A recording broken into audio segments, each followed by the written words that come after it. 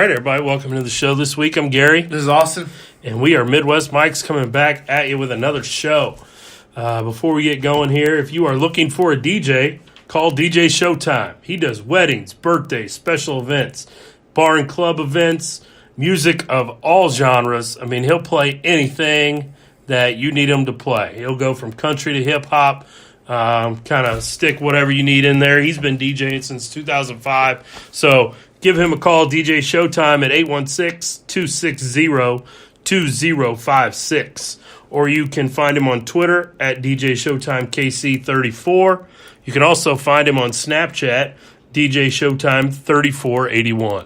And again, that phone number is 816-260-2056 for DJ Showtime. He can DJ any event that you need a DJ for. He can do it. And like I've said the last couple weeks, he did do my wedding. So on my big day, I trusted him to provide the soundtrack, and he did a great job.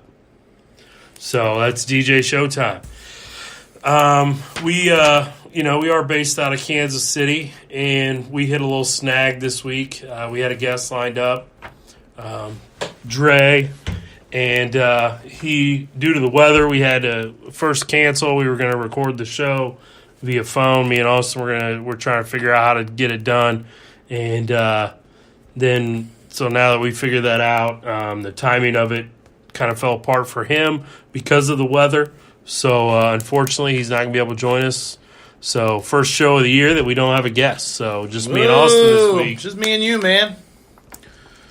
So hopefully we can remember how to do this thing without somebody else here with us. I think we'll be all right. Let's talk about what happened this last weekend in NFL. Yeah, man. It was Championship Sunday. Big time, two big-time championship games. Both went to overtime. First time that's ever happened on Championship Sunday. Yep. As a football fan, before we get into the X's and the O's and kind of breaking down some stats of these games, as a football fan, sitting at home in front of my TV, watching these games, it was an amazing day. I mean, it was you take the fandom out of it, it was just two really good football games between four really good teams. I didn't get to. I was at Arrowhead tailgating, so I didn't get to watch Rams Saints. I just kept the updates going on my phone, and then later on, I watched the highlights later. Of course, the main highlight is the pass interference no call. Yep, and we'll get into that. And but both games from the highlights from Rams Saints looked like a really good game, and then the Chiefs game was really good. Really good game. Yeah. It wasn't what we were looking for. Like I said, take the fandom out of it for a minute. Can say that was a good football game. Yeah, and the really, really cool thing about this weekend is that you get to see basically the generations play each other. Mm-hmm. So you got to see the Breeze. You got to see Breeze, Brady. Playing against Goff and Mahomes, which are the two of the future stars probably in the league. I mean, if I told you next year it would be a Rams-Chiefs Super Bowl, that makes sense. Yeah. That makes sense because it almost feels like Goff overcame Breeze. Yeah, questionable play, but sure, there's a few in both games. Yeah. But it's kind of cool to see the younger guys go after the older guys. And the older guys are still playing good. And I also another thing is I don't feel like Breeze and Brady are going anywhere. No, I mean Drew Brees did say in his post-game press conference, or maybe it was the next day, but that right now he plans on being back next year. I think he has every intention because the Saints are right there. They are, and he still looked really he's still really good. Yeah. So we'll kind of get into that game a little bit. I was watching it. The Saints did jump out to an early 13-0 lead. And you almost got the feeling like, man, they're going to run away with this thing. And, we'll talk about, obviously, the play that everyone's talking about from that game here in a minute. But, I mean, at that point, if you're the New Orleans Saints, you got to keep your foot on their throat. You got to somehow find a way to put them away. You can't let them hang around. But stat-wise, Jared Goff on the day was 25 for 40, 297 yards, 1 touchdown, 1 pick. Drew Brees was 26 for 40 for 249 yards, 2 touchdowns, and 1 pick. So pretty similar stat lines for those guys. Came out to a QBR, though, of Goff at 75.1 and Brees had 60.1. Brees was sacked twice for 7 yards. Goff was sacked once for 8 yards. The Rams rushed the ball 26 times for 77 yards and 1 touchdown on the ground. Leading rusher was C.J. Anderson, 16 for 44 yards. The Saints ran it for 21 times for 48 yards, no touchdowns on the ground. Their leading rusher was Ingram with 9 for 31. So that's kind of the stat line for the game. I mean, final score 26-23 in overtime. The pass interference no call is unexcusable to me. Both of those referees, that back judge and that side judge, should be fired and not be officials in the NFL. I mean, it's really bad. It's really bad. We're talking about a play that potentially kept the New Orleans Saints from going to the Super Bowl. I mean, because if they get that with about a minute and a half left, they're able to run it down, kick a field goal to go up, and then they're kicking off with like 15 seconds left in the game or something. So their probability of winning goes through the roof if that's called correctly. So yes, I think those two guys, those two officials that should have made that call should be fired. You cannot miss that call in that game at that point in the game. You cannot. Yeah, no, I agree. I agree with you on that. I don't know about. I mean, I don't know. I'm sure they won't get fired. It probably depends on who they are. Depends on if they've been there for 20 years or 10 years or whatever. Really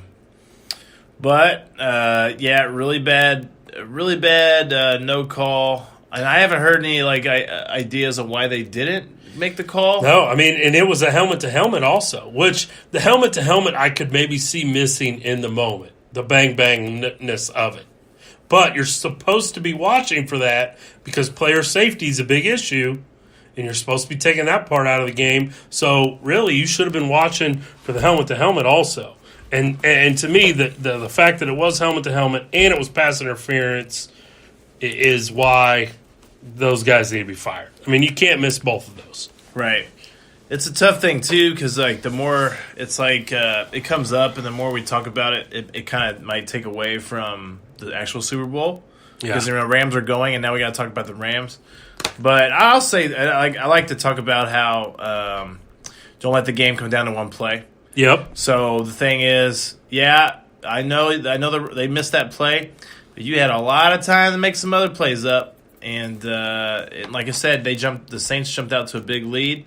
Yep. And they didn't keep the pedal to the metal. It's not like the Rams were overly impressive offensively. Couldn't run the ball great. Both teams didn't run the ball great. Mm-hmm. They tried to pass the ball a lot. So the looks they were getting were probably from the defense was probably like, all right, we need to pass. They're probably gearing down on the run. Looked like Gurley was banged up. He didn't get a lot of action. Yes. I haven't seen anything. See, they're saying that he's fine, but I guess maybe they thought CJ just had more. I feel like he must be hurt because they rested him the last 2 weeks of the season. Against the Cowboys, C.J. Anderson got the bulk of the carries, and then there were kind of key moments in that game where Todd Gurley was on the sideline and C.J. Anderson was in. But Gurley had the rushing touchdown. Yeah, I think Gurley did have the touchdown. So he got the TD.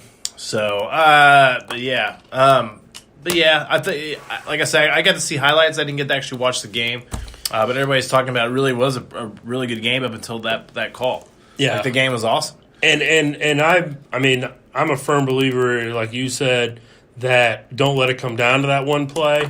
And I'm not saying that those refs are solely responsible for the New Orleans Saints not going to the Super Bowl because they did get the ball first in overtime.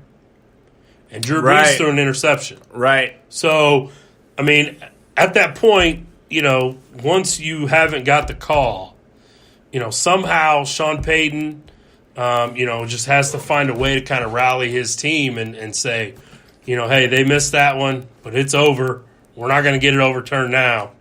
We're going into overtime, and we got to rally, and we got to get this thing done. Yep. And for whatever reason, they seem to never recover from that. Yeah, that's something pretty hard to recover from too. Yeah, I mean it is, and I'm not saying it's easy, but yeah, they have to find a way. But I think we all agree terrible no call. I haven't seen anybody try to rationalize it and say, that's fine. I haven't seen anybody. I haven't heard or seen anybody say that. I think it's 100% universal. That was a bad call.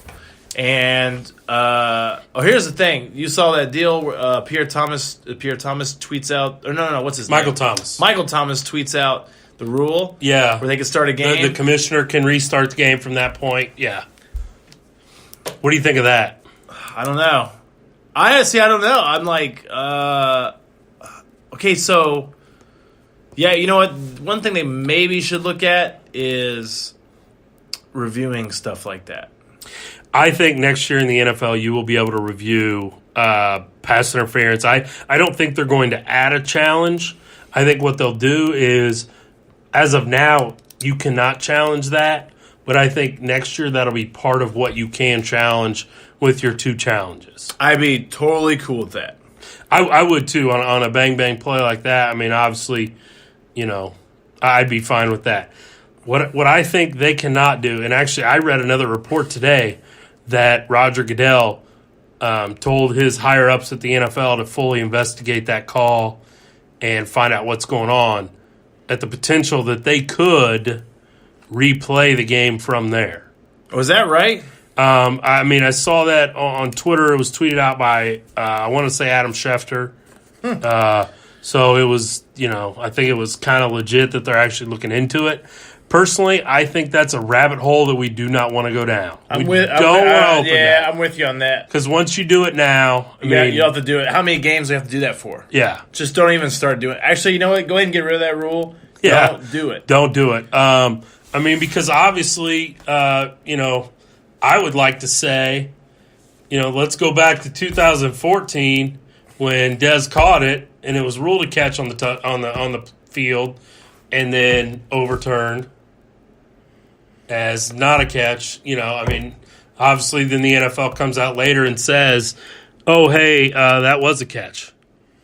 Right. So, but again, I just don't want to open that door. Yeah, I don't either. I don't want to do that. So I'm jumping on Twitter right now to see if he tweeted anything else out about that. Yeah, I think it was either Adam Schefter or Ian Rappaport from NFL Network. I thought I saw that from one of those two. But while you're doing that, I'm going to talk about the worst no call, and I tweeted about this on Saturday night. The worst no call pass interference in the history of Championship Sunday was Deion Sanders on Michael Irvin in 1995. And I tweeted the picture of Deion holding Michael Irvin's right arm down so he can't extend it to catch the ball. And there was no call on that. So, I mean, obviously it's not as clear as day as this one, but, I think it's the worst one because it affected my team. But so, don't nobody care about the Cowboys. Hey, hashtag fire Jason Garrett. It's probably not happening now. We did fire Linehan, so that's good. I'll tell you what. No, dude, as long as you guys – I really think as long as you guys make playoffs, you won't get rid of Jason Garrett. Well, see, I think you got to make the NFC Championship. You say NFC Championship. That's you. Yeah. I don't think Jones wants to get rid of him because he has in place, he has a total yes man. Yep. Who is a decent coach. He's not the worst. No, he's not the worst. He's just like he's mediocre. He's anywhere from average to above average, right? He's mediocre. Sometimes he's not bad. But I tell you what, when you listen to Romo on CBS calling the play-by-play like he does, and does dude, he's really good. And then I'm coming up with dang, who was actually running that offense? Really, who was running that offense with when Romo was at the Cowboys? It was Romo. Dang, you see how he does.